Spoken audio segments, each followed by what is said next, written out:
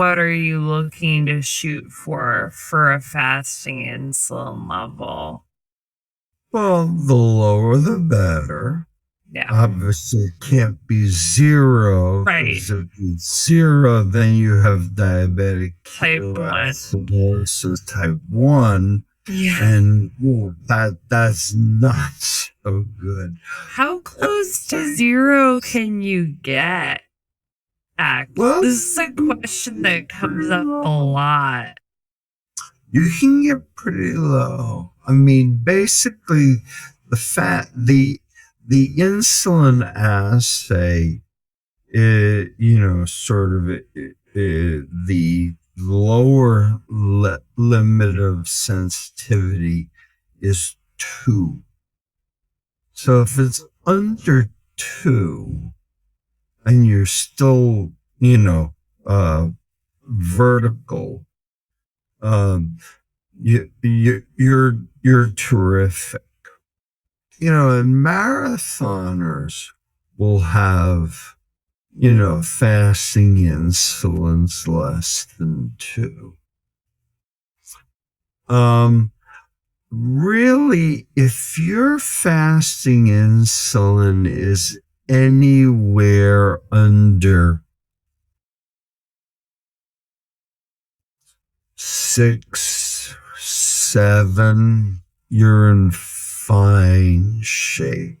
Yeah. If it's under 10, you're still in good shape. Once you get above 10, it's starting to be a question.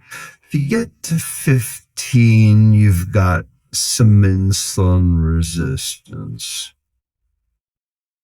And I think it's like, given what you were saying earlier about the liver and the portal vein, it's like, it makes it so much more clear. Like, if the body is producing more of this insulin, it's likely in response to the liver kind of not responding to it well. So as it's getting higher, it's a sign of dysfunction happening in an organ that is critically important for all aspects of our health.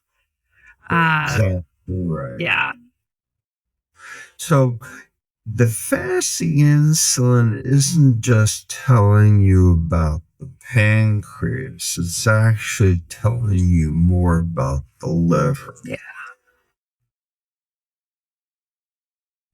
How do you, this is probably out of the scope of this conversation, but I think,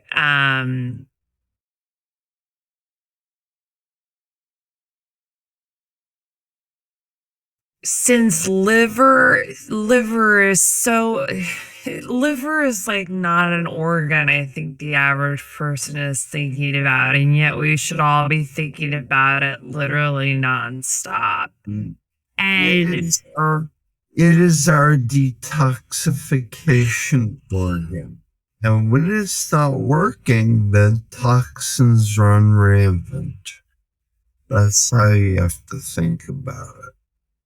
I have found that, especially in residency and just in training, people often kind of just like gloss over the liver function tests like AST, ALT, bilirubin, etc. Obviously, if bilirubin is high, there's certain biliary problems that people think about, but often like AST and ALT are just like, oh, okay, if they're normal, they're fine. Like, should we be caring a little bit more about our liver function testing? I know you talk about this in the book, but I think,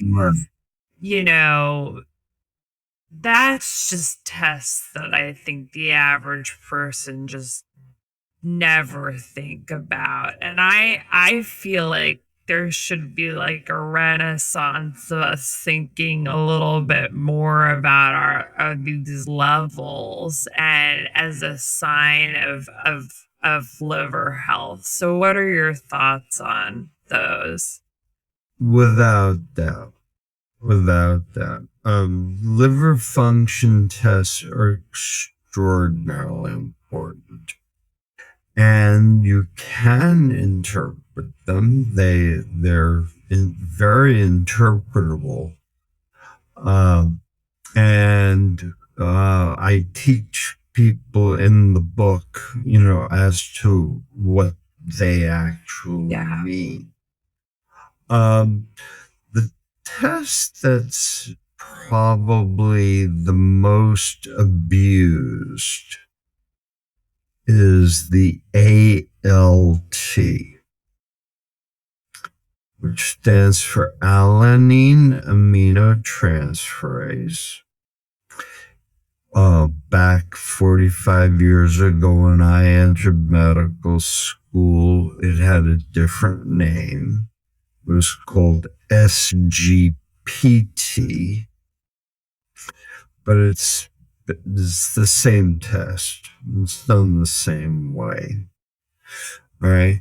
ALT is just a little easier off the tongue. All right. And what it tells you about is liver fat. It tells you about the amount of liver fat. Now, the problem with this test is the normal range.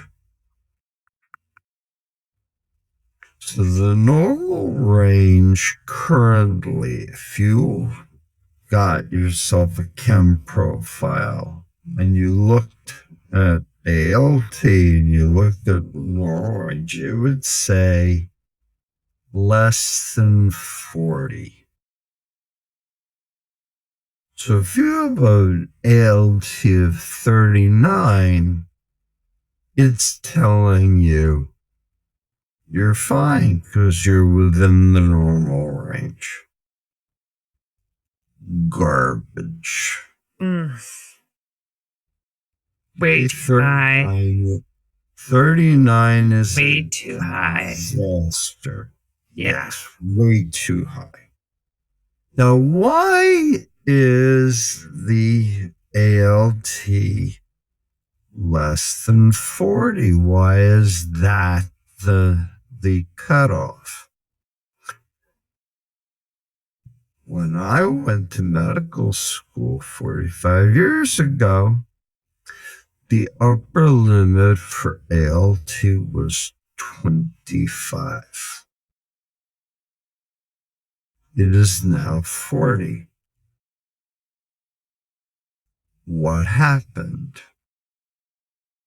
How come 45 years ago it was a whole lot less? Is it because you're trying to create business for the liver transplant industry? Something like that.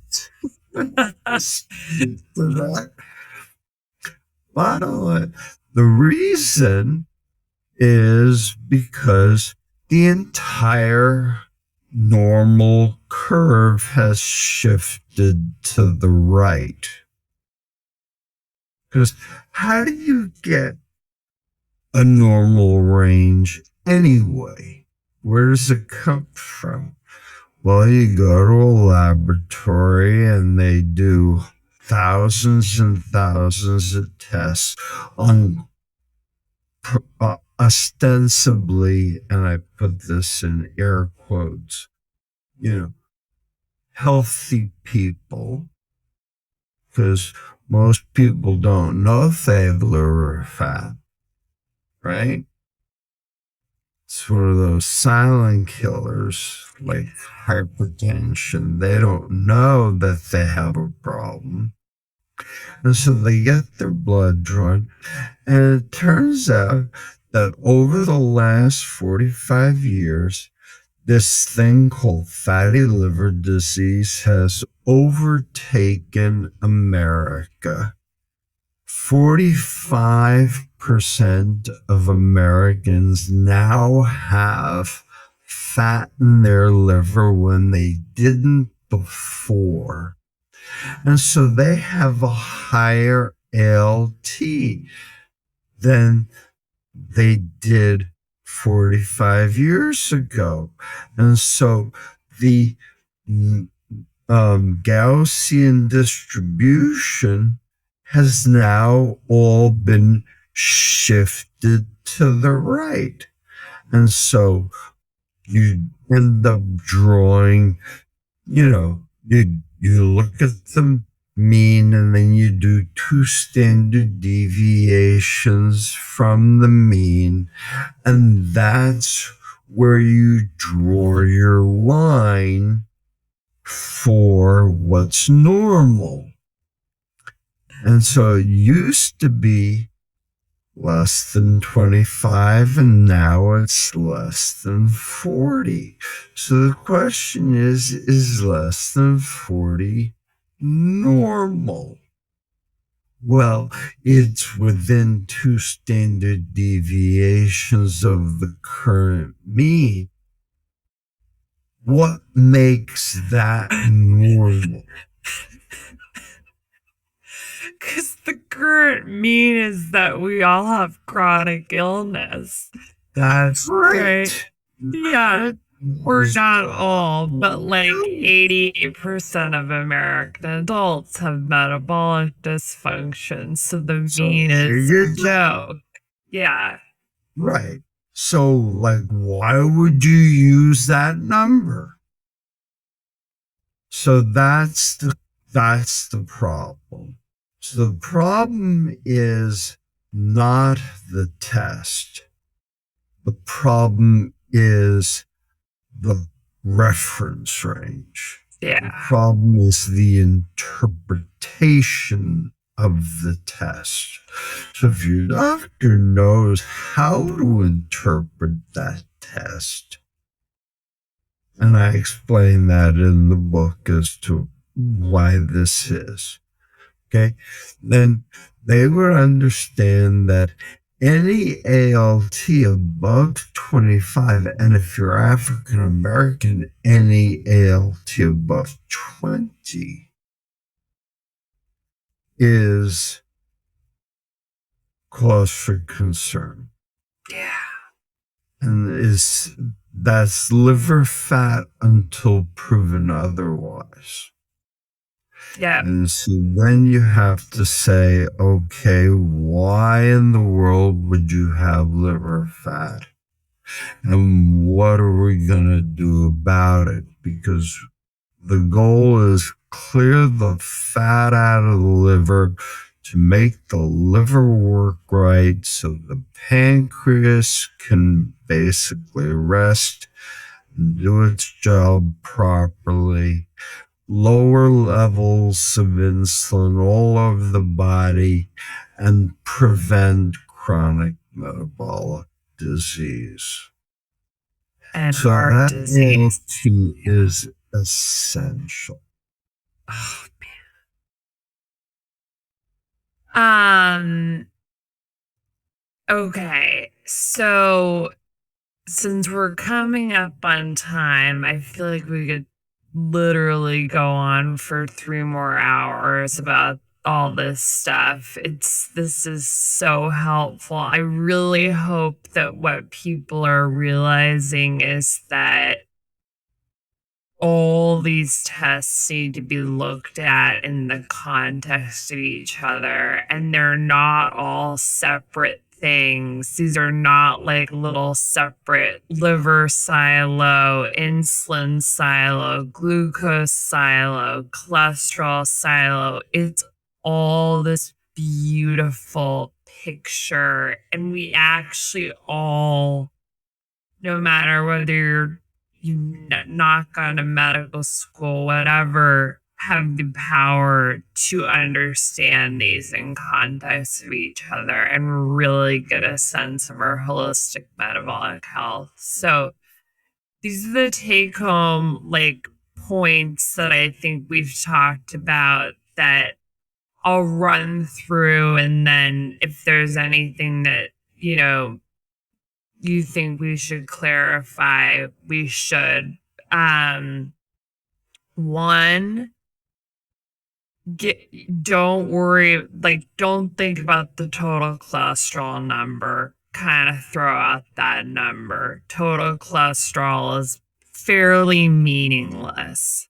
It's completely meaningless. If your HDL is 100, your total cholesterol it's gonna be high.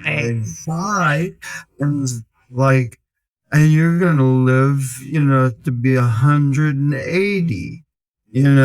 So like, why do you care about your total cholesterol? So Right. that's the first thing that has to go. The fact that they even report it out, I think, is specious. Right. And my HDL cholesterol is 100. And so my total cholesterol, I don't think it's in the elevated range because my LDL and triglycerides are pretty low, but it's like that total number is being made up of the good thing, and we don't in any way show that to people. So Right. throw out the total cholesterol number, then look at your LDL. And LDL alone, not very useful. And if it's elevated, that does not necessarily mean you immediately should jump on a statin. First thing to do is to look at your triglycerides and your HDL.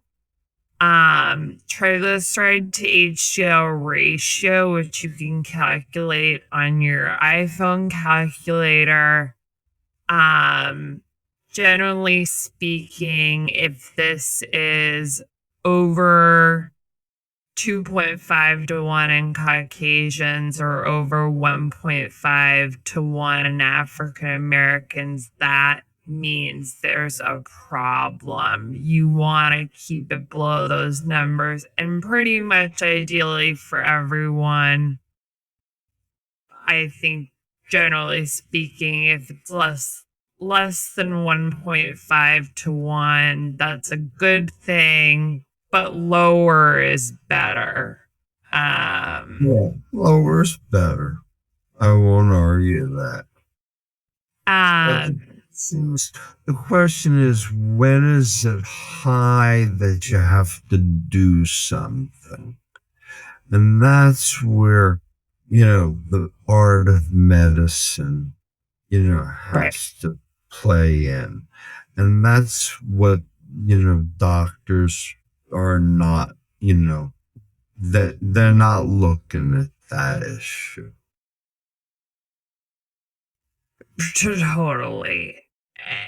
With LDL, when you're looking at your triglycerides, if it's less than 100, that's a good thing. That's probably an indication that your small density LDL is not through, super high.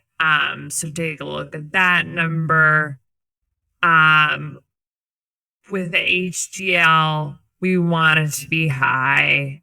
Right now, I think it says above 40. On like most reference ranges, it says like keep it above 40 for men and above 50 for women. It should be way higher than 40 if you can help it. I mean, Right. If you're down at the 40 level, you're not doing that well. Right. So we want that up in like the 80s, 90s. 60 and above if you can get it there. But a lot of the problem with HDL is a lot of that is genetic. Yeah. And so, if you've got a family with, really good genetics, my wife's got an HDL of 98. She's probably related to. But basically, if yours is like 41 and your doctor's like, oh great, your HDL is normal, like, get it. We need to get it higher. That's not that normal. Next thing I'm hearing is sugar is driving the liver fat. Liver fat is what's making us insulin resistance. Insulin resistance is driving our dangerous small density LDL levels. We need to figure out how to get the liver fat down. That's going to be my next question after this. And then my last thing is liver function tests. If you happen to have those, which most people will if they're on their physical, look at your ALT. If it's above 25, you really should be looking into that. Is that fair in terms of take homes? Absolutely fair. And so do all things your doctor doesn't know. Right. Oh, I want every single one of my friends from residency to listen to this episode. I think it's so important. And it also makes looking at labs way more fun. Like, this is fun. This is the fun part of medicine. Looking at the screen on Epic and just seeing if there's any red check marks, like, that's not fun. This is the puzzle. This is how, medicine used to be practiced. Right. Because we actually, looked at the physiology.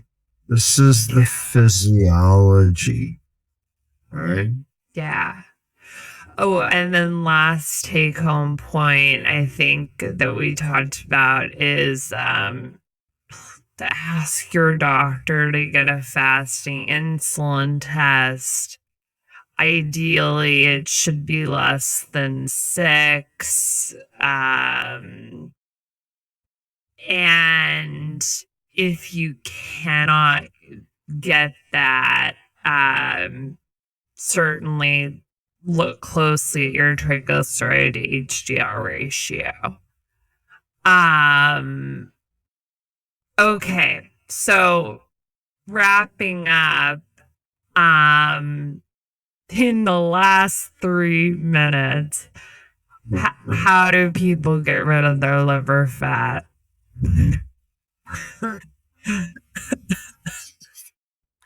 The easy answer: get rid of all the sugar beverages in the house. That's the easy answer. Okay. Sugar is the driver of liver fat without question. Oh, by the way, alcohol is the other driver. Yeah. Yeah. People know that. They don't know about the sugars. So, alcohol and sugar metabolize the same way. They get both get turned into liver fat. They both cause chronic metabolic disease. That's why children now get the diseases of alcohol without alcohol, because sugar and doubles for alcohol. That's the first way. The second way is exercise, because exercise will burn off some of that liver fat. And the third way is intermittent fasting, because that gives your liver a chance to burn off some of that liver fat. So those are the three easiest ways. Metformin can help. It's not perfect for that purpose, but it can help. There will be other drugs that coming down the pike for non-alcoholic fatty liver disease. They're not ready yet. They're not ready for prime time. They all have side effects. We're not ready for that yet. So get rid of the sugar. Start with that. And I would just add getting rid of the refined carbohydrates, like anything made with white flour. I've definitely seen for my patients that just they just make the commitment to like avoiding processed foods, meaning, no white flour, no refined sugar. Like I said, several patients who have dropped 80 to 100 points on their triglyceride in a month. And within the first week, it can sometimes drop 30, 40 points. I mean, it changes so fast when you get this crap out of the diet. And so, but for the average, I think the liquid sugar, that's like a super easy one to just like get rid of immediately. Exactly right. Totally. Those are the easy things to do, because they're within everyone's purview. Yeah. All right. If your doctor doesn't understand any of this, okay, well, give them this book for a Christmas present. And metabolical. He's pointing to metabolical. Metabolical. Give them that as a Christmas present, and hopefully, maybe they'll read it.